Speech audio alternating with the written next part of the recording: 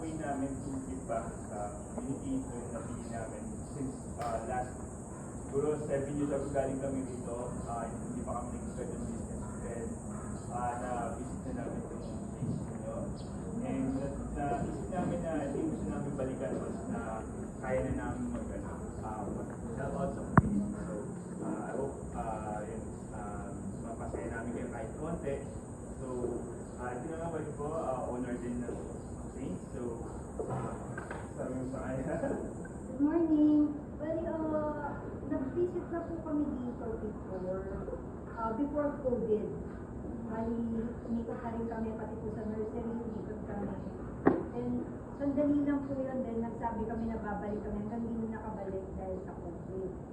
So hindi ko po alam kung paano ko na-search yung Heart of Mary Villa, pero naisip ko before po kasi na we will share po sa mga orphans.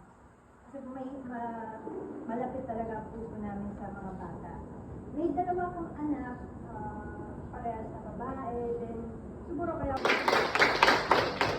Saan niyo po kami at ang Diyos, nilalagay na makakatayo na loob na ito, na kailangan na namin langit at lupa, siya'y papurihan. Ulit na awitan siya, lilipas ng lupa, siya'y papurihan. Araw at kaya, ating pag-ibang, ulit at Diyos na kanya, ating pag-ibang, pag-ibig ng Diyos sa kanya.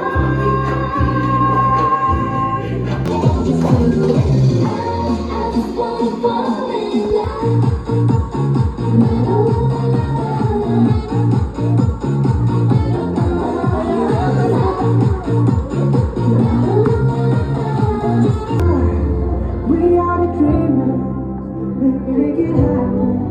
Guess we believe it. Look who we are. We are the dreamers, make it happen. 'Cause we